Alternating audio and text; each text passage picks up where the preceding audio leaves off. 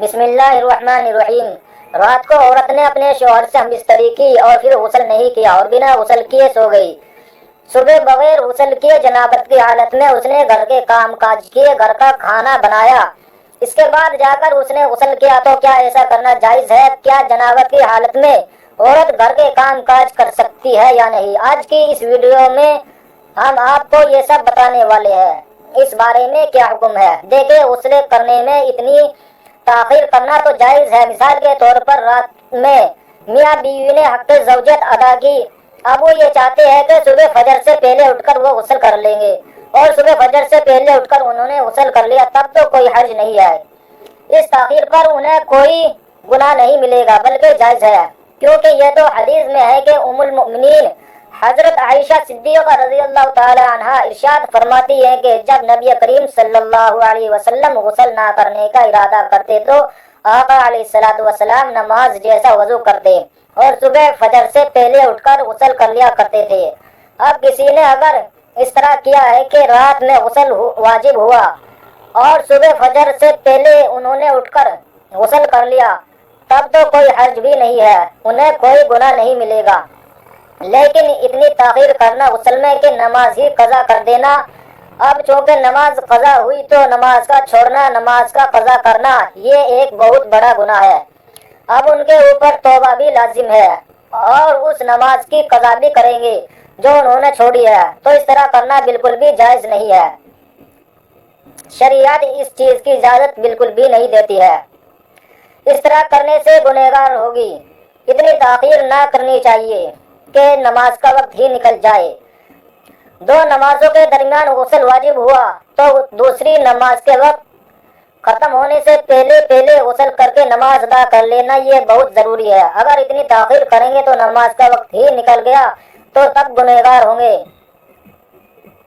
اب دوسرا مسئلہ یہ ہے کہ جنابت کی حالت میں عورت گھر کے کام کاج کر سکتی ہے یا نہیں، کھانا بنا سکتی ہے یا نہیں؟ بالکل کر سکتی ہے، اس میں کوئی حرج نہیں ہے۔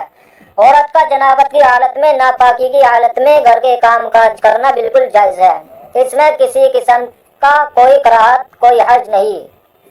لیکن یہ ہے کہ وضو کر لے، وضو کرنے کے بعد گھر کا کام کاج کرے یا پھر کھانا بنانا وہ کر سکتے ہیں۔ کھانا پینا ہو تو کھانا پینا بھی کر سکتے ہیں اگر غسل جنابت فرض ہو تو۔ لیکن جو دوسرا مسئلہ ہے جو میں نے آپ کے سامنے بیان کیا ہے کہ اتنی تاخیر نہ کی جائے غسل میں کہ نماز کا وقت ہی نکل جائے، صبح فجر سے پہلے اٹھ کر غسل کر لیا جائے تو اس پر انہیں کوئی گناہ نہیں ہوگا۔ محترم ناظرین، بھائیوں اور بہنوں، ہم بستری کے بعد غسل کرنے میں کتنی تاخیر کر سکتے ہیں؟ ہم بستری کے بعد کھانے پینے یا کھانے پکانے اور دودھ پینے والے بچے کو دودھ پلانا کیسا ہے؟ ہم بستری کے بعد افضل یہی ہے کہ آدمی جلدی غسل کر کے پاک صاف ہو جائے، لیکن اگر نماز کے وقت تک غسل کو مؤخر کر دے گا تو گنہگار نہیں ہوگا۔ البتہ فجر تک غسل کو مؤخر کرنے کی صورت میں اگر ہم بستری کے بعد سونا ہو تو بہتر یہ ہے کہ آدمی استنجا اور وضو کر لے، پھر سو جائے اور پھر بیدار ہو کر غسل کر لے۔ چنانچہ مشکاۃ شریف کی روایت میں ہے کہ حضرت عمر فاروق رضی اللہ تعالیٰ عنہ نے سرکار دو عالم صلی اللہ علیہ وسلم سے عرض کیا کہ مجھے رات کو جنابت لاحق ہوتی ہے، یعنی احتلام یا جماعت سے غسل واجب ہوتا ہے۔ آپ صلی اللہ علیہ وسلم نے فرمایا کہ یعنی اسی وقت وضو کر کے عضو کو دھو کر سو جایا کرو، یہ وضو کرنا جنبی کے سونے کے لیے طہارت ہے، یعنی جنبی وضو کر کے سو گیا تو وہ پاک سویا۔ لہذا اس حدیث سے معلوم ہوا کہ جسے رات کو احتلام ہو جائے یا جماعت سے فارغ ہو اور اس کے بعد سونے کا ارادہ، کسی ضرورت بے وقت غسل جنابت میں تاخیر کا خیال ہو تو ایسی شکل میں جنبی کا وضو کر لینا سنت ہے۔ اتنی بات اور سمجھ لیجئے کہ حدیث سے تو یہ معلوم ہو گیا ہے کہ صورت مذکرہ میں وضو کیا جائے، اس کے بعد عضو تناسل کو دھویا جائے، حالانکہ ایسا نہیں ہے، بلکہ صحیح مسئلہ یہ ہے کہ پہلے عضو تناسل کو دھویا جائے، اس کے بعد وضو کرنا چاہیے۔